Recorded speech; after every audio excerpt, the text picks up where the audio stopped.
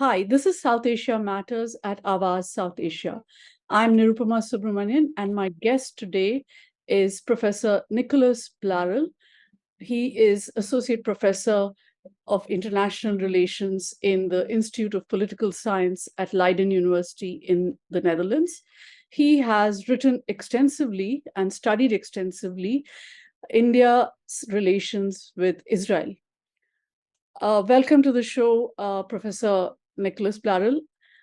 Let me begin by asking you, are you surprised at the massive outpouring of support for Israel in its invasion of Gaza that has come from India? It's public support. Of course, I mean, the official support is another thing, and we'll talk about that later, but the massive public support through social media and various other means. Yeah, thanks for the invitation and for being on the show, Nirupama. I'm happy to be here. Yeah, being, as you mentioned, an observer of India-Israel ties for now a while, I was not completely surprised by the support, but the scale of it in social media that's been commented quite a lot. There are a lot of people outside of India who were really surprised by that outpouring of support. And I mean, again, we need to also qualified social media, so it's probably mostly people that engaged on X, Facebook, or these kind of social media outlets or Instagram. Maybe more urban, but it's still quite surprising because it seems to have tilted in kind of one-sided, empathetic position of Israel's security situation. When we know a couple of decades ago that the public opinion was massively pro-Palestine, at least in some of the surveys or assessments that we had in India. So this social shift is quite interesting and has surprised many because of India's long-term official pro-Palestine position. I don't think it's a big surprise because most of the support we see is either coming from what we call a pro BJP, but almost more broadly pro Hindu nationalist kind of social media outlets or groups that have been more positively predisposed towards the BJP or some of its fraternal organizations. So I guess I'm not too surprised. There's long been a fascination with Israel, whether it is the Jewish nation state model, which is close to some of the Hindutva kind of political projects, or just a more pragmatic, strategic fascination with all the way Israel has dealt with terrorism over time. So I guess this can help explain this kind of massive outpouring of support. The scale of it is a little bit more surprising. That's something I think we need to more systematically study. And the one other thing that's surprising is the massive number of information or misinformation also that's been criticized coming from some in outlets or handles, Twitter handles from India, and that's something also that it's not clear where this is actually coming from and how much is it closely linked to the situation in Israel, or is more domestic politics, or trying to also weaponize kind of this or instrumentalize this conflict for purposes of the identifying the potential domestic enemies and also mobilizing for coming elections, whether local or national next year. Yeah. So do you think some of this could be orchestrated, or do you think it's purely organic, this kind of support? I think it's a little bit of both. Yeah, I think a lot of it is organic. I mean, I was online on October 7th, and a lot of the accounts I saw were probably not completely orchestrated. That it was really I think natural reactions. There were a lot of analogies that were made to 26/11 Mumbai, and all the operations were dealt. So there was I mean, a lot. I think the position and public opinion is much more empathetic of the Israeli position and the security situation, especially when it comes to Hamas and security terrorist attacks. So that's clear. How much afterwards have we seen this also being some groups, some social media accounts trying to build on this for their own domestic political mobilization purposes? That is something I don't have enough information, but it's clear that there's also that tendency that can be observed. Yeah. So one thing that we don't know yet, or we haven't really looked at enough, is how is the Israeli public, how is Israeli civil society looking at this surprising scale of Mhm. support for Israel from India, meaning across the world, Israel doesn't have that much support for its brutal retaliation in Gaza against Mhm. Hamas. But India is a standout in that respect. The Indian public, Yeah. there's been virtually no public support for what's for the suffering of the people in Gaza. But there is this on the other side, there is this huge outpouring for Israel. So how's it perceived in Israel? I mean, I haven't seen any clear public opinion reactions. I think it's obviously welcome because, as you said, most of the global South has cited or is very critical of the reactions, the bombing, and then the operations now in Gaza. If there was some solidarity with what happened after Not the just terrorist the attack. South, but Sorry? It's also Western capitals, Yeah, London, Boston, everywhere. I mean, Western capitals have been supportive of Israel. You see Western Europe and the US, but public opinion is there's a different story. When you see some protest or in universities or also in the streets, there's obviously some unease with the positions of some of the Western European governments or the US government, the divisions within the Democratic Party in the US, etc. So this is something that the Israelis are looking closely. That they see that there's not been this wholesale support despite the terrific terrorist attacks, and this is related obviously to the reactions and to the operations in Gaza. And India is a bit of an outlier a bit in all of these global reactions because the government and the public opinion seem to be massively supporting the Israeli position. So this has been acknowledged by Netanyahu himself publicly, and also by the Israeli ambassador Delhi, which has regularly mentioned how much support he's received, including as he mentioned regularly, Indians that are ready to volunteer to help in the operations in Gaza against Hamas. So this is something that's been also acknowledged publicly, but you have to know that public opinion in Israel is also quite divided about the operation itself, about how to understand this mixed reactions from the global community, and also with the government in power. Netanyahu is at a very low popularity, and it's not clear how long he will be able to survive politically. So this is also something to take into account, and also probably is the direct will impact directly what the Israeli public thinks before it looks at maybe in a couple of months about how much India was there to support them at the very beginning. Yeah. So, can India expect a similar response from the Israeli public if, say, there was to be a terrorist attack in India and India then blames Pakistan and says it has a right to defend itself and, does something um, to take retaliatory steps? Uh, would there be a similar kind of outpouring of public support for India from Israel? I mean, I think every crisis has its own dynamics, so we would have to anticipate this. But clearly, the Indian government has framed its reactions in initial tweets by Narendra Modi condemning terrorism and showing its support to Israel, and also the Dr. Jaishankar, the External Affairs Minister's explanation of the abstention in the UNGA vote a few weeks ago was that we also been victims of terrorism. So there's this clear kind of attempt to frame that and to that these are similar threats, analogous threats, and weren't maybe the same kind of responses, and we'll mutually support each other. And to be fair, if we can build on previous instances. Israel was supportive of India after 26/11, not just because India had been attacked by terrorism, but also because there were Jewish individuals in Israel, in India and Mumbai, and Nariman House that were also killed. So there was this a moment of solidarity, but also in the different oppositions between India and Pakistan, post Uri and post Pulwama, Israel has also supported India, and including surgical strikes deep into Pakistani territory, which, by the way, the bombs that were used to strike Pakistan after Pulwama were Israeli bombs, the Spy 2000 targeted bombs, precise precision targeted bombs. So again, there's this solidarity both shown diplomatically, publicly, but also through the purchasing or the provision of certain kind of weapons, which can help India strike across borders to fight these cross-border type of terrorist groups. Yeah.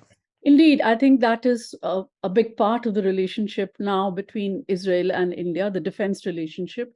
As India has tried to cut its dependence on Russia, it's moved closer to Israel. But, this relationship has been evolving over the last 30 years or so. It's been since India first opened its, diplomatic relations with Israel in a proper way by putting up an embassy in Tel Aviv and, allowing Israel to open an embassy in India. But is there also a personal tilt to this relationship because of Prime Minister Narendra Modi in India and Prime Minister Benjamin Netanyahu? And if there is a change, how could this relationship change? No, this is an important point. As you mentioned, the one of big crucial juncture is the January 1992 normalization of diplomatic relationship. The two countries opened up embassies in the respective capitals, and since then there's been a gradual, really development of the relationship, mainly defense. But again, you gotta understand that the defense relationship only picks up really in 1999. It's a BJP government and Kargil. Israel is one of the rare countries that does not discontinue military provisions to India during the war, despite the embargo towards India and Pakistan by most countries at that time. So India provides ammunitions and spare parts, which are very important in the middle of a conflict. So since then, there's this image, both shared by the BJP and the Indian National Congress, by the way, of a reliable military supplier.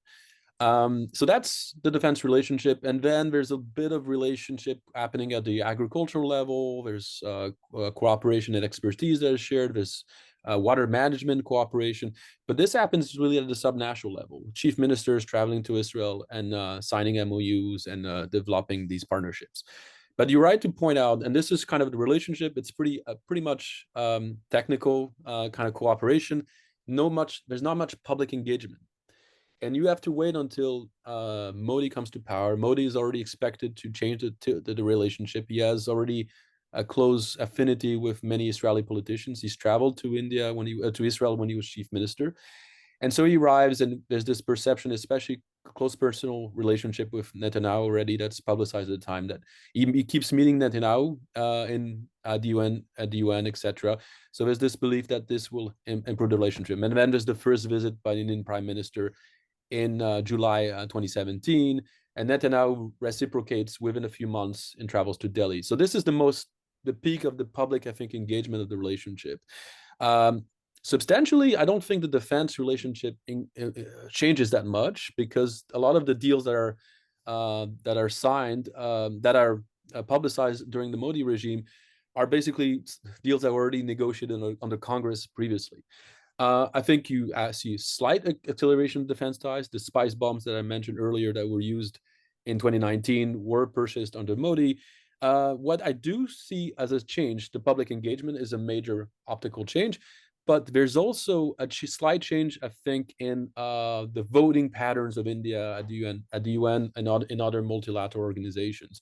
So it's not that India suddenly tilts towards a pro-Israel position in these voting patterns, but it looks at every case on its own merits. It doesn't systematically vote along with Palestine and the rest of the global South, which usually votes in support of Palestine. It sometimes abstains, notably when it believes that Hamas is not condemned, or there's not condemned of the terrorism attacks, and it's just purely only supporting the Palestinian position.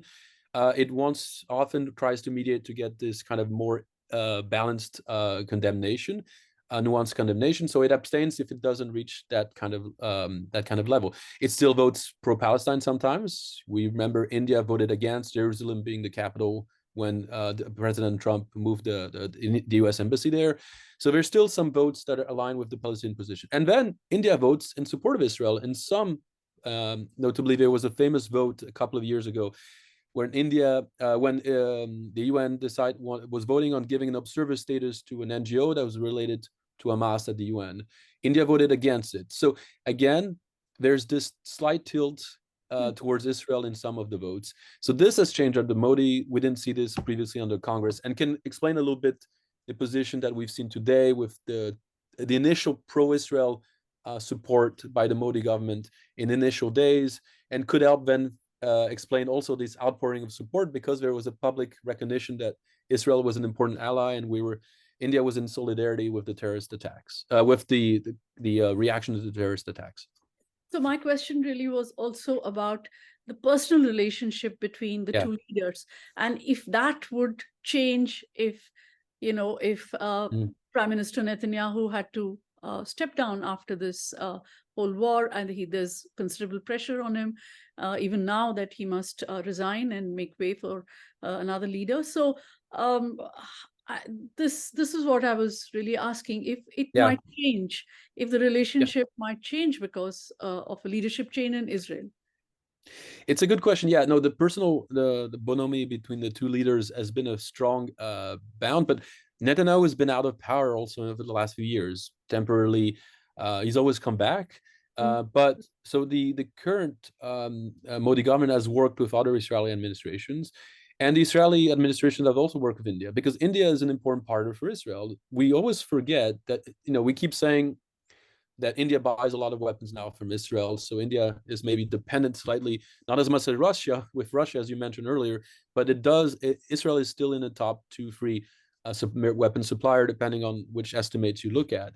But India is the biggest weapons export market for Israel. Close to 45% of its weapons export are to India.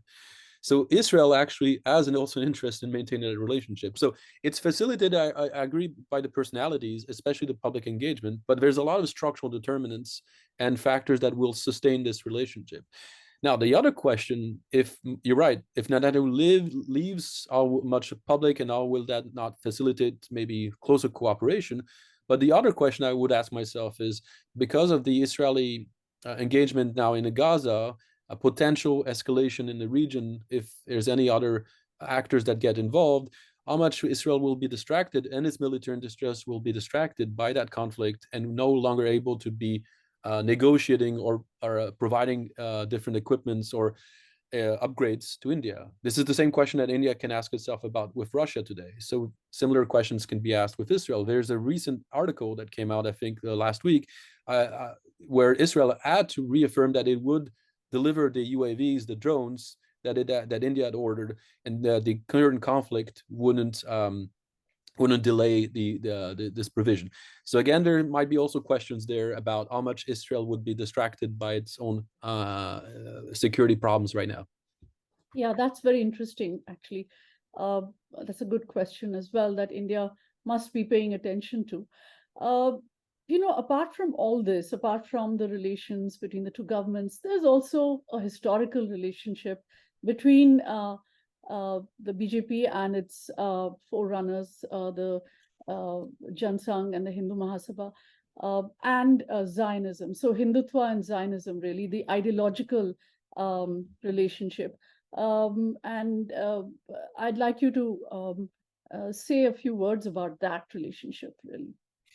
Yeah, no, I think it's really important to mention, because the BJP and its fascination and Modi's own personal also disposition towards friendly relations with Israel dates back to the 1930s, actually, in 40s.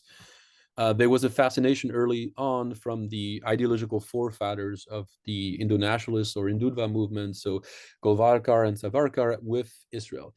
Now, there might be questions because they're also fascinated by fascism and Nazi Germany. So there was a question, and also there are open statements supporting what Germany was doing at the time, and the purification and the basically kicking out Jews from Germany. So again, this has to be understood as mirroring a little bit the similar debates that are happening in India at the time, and the writings of Golwalkar and Savarkar talking also about other foreign civilizations or our citizens being in India, notably Muslims, which were considered to be external to the national project. So again, and so this dynamic has to be understood like this. There's an attempt to understand that there's similar purification processes need to also happen in India, according to at least the writings that we have. We can from Golvarkar to Savarkar at the time. So that's why Albe were looking at what was happening in Germany. Now you see a slight change, I think, in the late 30s as there's the Jewish national projects becomes more concrete, and a clear support for Zionism. There's a fascination of Zionism and what it was able to pull, right? It was able to create kind of, you have to understand that Jews are spread out across the globe at a time, but they were able to create a kind of a nation state project, territorial, with in Palestine, that would unite this very spread out and divided community that had been also threatened at different levels. So there's this impression that there's a similar kind of process or nation-state project that needs to happen in South Asia and the subcontinent. If you look at the writings of Golvarkar and Savarkar, that the Hindus were never divided, and there's this possible cultural revivalism that the Zionist project was able to do, that maybe the Hindu nationalist movement can do and build an Hindu Rashtra. So again, these are the commonalities. And you see then the late statements from Savarkar in the 40s supporting the creation of Israel, mainly also because I believe there's a pragmatic understanding that this can also help his own political projects back in the subcontinent. Yeah, but it's a little curious, right? Because the more correct fit for a comparison would be Pakistan, because these are the only two countries, and they created around the same time, within a few months of each other, based entirely on religion. So it's India is not really in that mold of a state that was created on the basis of religion. Now maybe there is more talk of that, but the real comparison, I would think, is Israel and Pakistan. Yeah, no, and there's actually been some comparisons made. There's some books about all the two countries created at the same time, and mind you, created out of two partitions, out of two British colonies, or I guess mandates. But this is important because Savarkar, especially when he's making the argument and supporting the Jewish national project, he's also debating against Congress and also against the Muslim League at the time in South Asia about what would come out of the British India. And this is something, so he's promoting the similar kind of outcome that happened in the Mandate of Palestine, because again, the Mandate of Palestine could have been also a one-state federal solution, which is actually the solution that Nehru supported. Nehru and what would even before independence and then in the independent India supported at the UN a one-state federal solution with constitutionally guaranteed rights for religious minorities like the Jews. And this is something they supported both in the Mandate of Palestine and in South Asia. So they're opposed to the Muslim League's own project and the creation of Pakistan. So this shaped a little bit in Nehru's own perception of what was happening in Palestine and against the creation of the Jewish state. After Israel is created in 1948, Nehru accepts that this has become an accepted international fact and recognizes Israel by 1950. But initially, you have to understand that India's view of what was going in Palestine mirrors the debates happening in South Asia, and that lead also to the creation of Pakistan, which Nehru and other Indian nationalist leaders, were against. Yeah. Yeah, and you have said in your writings that India's support for Israel, and at the same time its support for the Palestinian cause, and we have seen it in this present case also, where Prime Minister Modi first went all out in his solidarity with Israel through tweets and phone calls, and then India walked back a bit and articulated its traditional policy on the whole question and said there has to be a two-state solution and negotiations and all that. So you've called this an adroit balancing act. But would you say it's actually a cleft stick? I mean, India is not able to openly espouse the Israeli cause, and nor is it openly able to actually say that it has abandoned the Palestinians. So it's a bit of a cleft stick in my view, and I'd like Yeah. you to say what you think about that. Yeah, and I completely agree with your position. I mean, it's India. I think what we saw initially the first few days was what the Modi government has actually was hinting at tilting towards. It's and notably because of the terrorist attack. So this is something they think very strongly about, that there should be more solidarity in counterterrorism, and they feel that there are similar threats shared by Israel. And what you have to understand, 5 days later, it has to be the MEA, the Ministry of External Affairs, that has to reiterate the traditional support for Palestine, a two-state solution, the 1967 borders, etc., which has been the traditional position. It seems a little bit of a corrective kind of step by the Indian government, and then suddenly you saw more and more balanced position. I think Jaishankar also saw that any solution has to be a two-state solution to this crisis, and you have Narendra Modi talking to the president of the UAE, to Iran, also mentioning that there needs to be a de-escalation and a quick Mahmoud Abbas, Dr. Mahmoud Abbas as well. and Abbas, which took a while but happened. Yeah. It's so this is a correction, and a correction can be explained by a couple of factors, I think, and this is maybe the BJP thought mainly initially about, I think, security interest and national security interest, but there's also other diplomatic potential consequences, and it could be costly to have tilted too much towards Israel. One is the improved relations with India, with the GCC. That is, India is in a similar interesting position at GCCs. The GCCs, notably the UAE, I would say a little bit Saudi Arabia, have started normalizing their ties with Israel, and the Hamas attack for them is disrupting what would have been the potential potential better commercial and connectivity relations. The entire announcement of the EMEC, the India, Middle East, Europe corridor, would have to from Indian ports to Emirati ports, traveling then by rail via UAE, Saudi Arabia, Jordan, Israel. So this entire project is put into doubt by the recent developments. So India will closely follow and check and monitor what the UAE and Saudi Arabia say, because if these start escalating in their criticism of Israel, India will be faced with a dilemma, because India does have really close commercial energy relations. There's an important diaspora in the GCC, so India will have to carefully also balance its reactions based on its own relations with the GCC. The other one is, and something we need to take into account, is China's reaction to this dispute, because China has taken a very different position than India has. It actually has sided more closely with the Palestine position, condemning Hamas, but also criticizing very explicitly in Israel's reaction. So there's this entire fight, I think, for being the spokesperson or the voice of the global South, which India and China are being currently competing over. India scored some, I think, some important points with hosting the G20 and ensuring that the voice of the global South was heard at the G20 in September.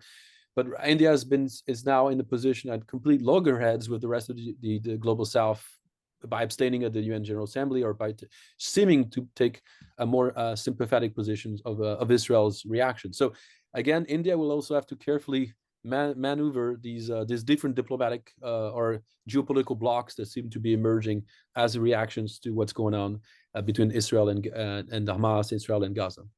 So in that sense, would you say that this is a more difficult so-called tightrope walk than what India did or is still doing on the Ukraine-Russia war?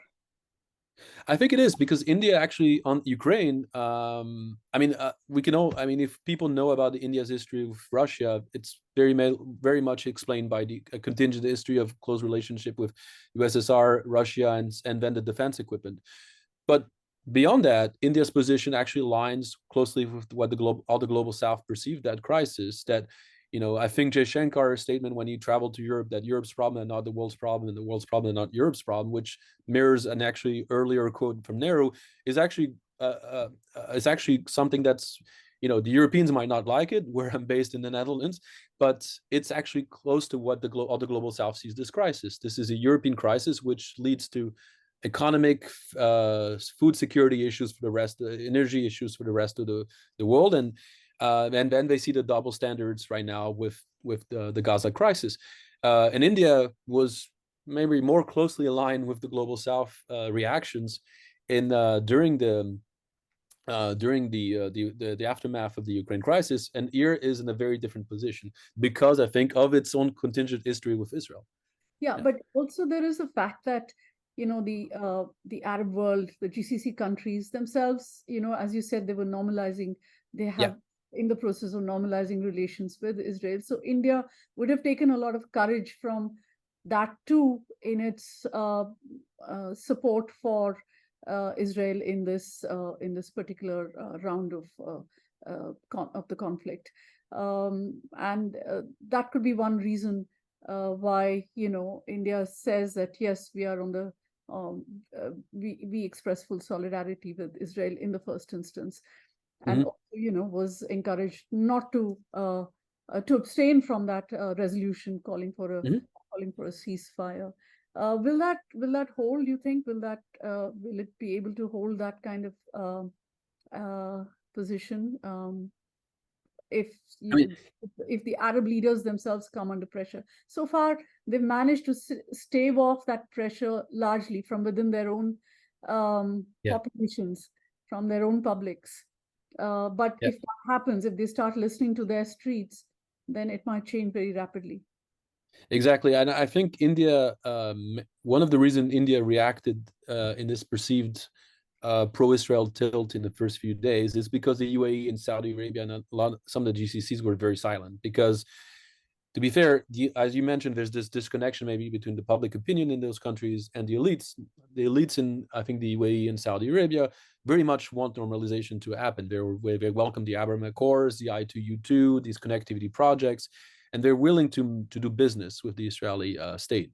And this was an achievement, I think, of the Netanyahu government. We've seen maybe a failure because it didn't lead to any security improvement, given what happened in October 7th. But it led to normalization with most of the great important Arab state stakeholders in the region.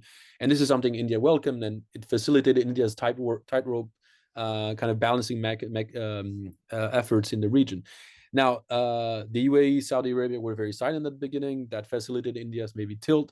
But as they react to the public opinion, media, the Arab streets, as we sometimes call it, they might have to also, as the Saudi Arabia and the UAE react and correct and criticize more explicitly Israel, we might see India also having to make this effort, or at least being more silent. I don't think India will start criticizing Israeli very explicitly, but it will be more silent or remind international humanitarian conditions, law, etc. I think this might be happening. There might be some other issues. As you might know, India benefited also from normalization with the Arab states for having, for instance, direct travel, Air India flights that would travel over Saudi Arabia. Oman just closed its airspace to these flights, so there are no longer those direct routes anymore. So this is one of the Bahrain, which is another close partner of India that had also normalized ties, has decided to recall its ambassador. So these are the dynamics that could hurt India's balancing effort in that region. But again, we're still in the early stages because I think the UAE and Saudi Arabia right now are being very silent and careful about not closing all possible links with Israel. But this could change, and this could become harder for India. On that note, thank you, Professor Blarel, for your time. Thank you for being with us. Thank you, viewers, for watching South Asia Matters. Follow us on awazsouthasia.com. Read all our stories there, and subscribe to our website and to our YouTube channel. Thank you. Thank you.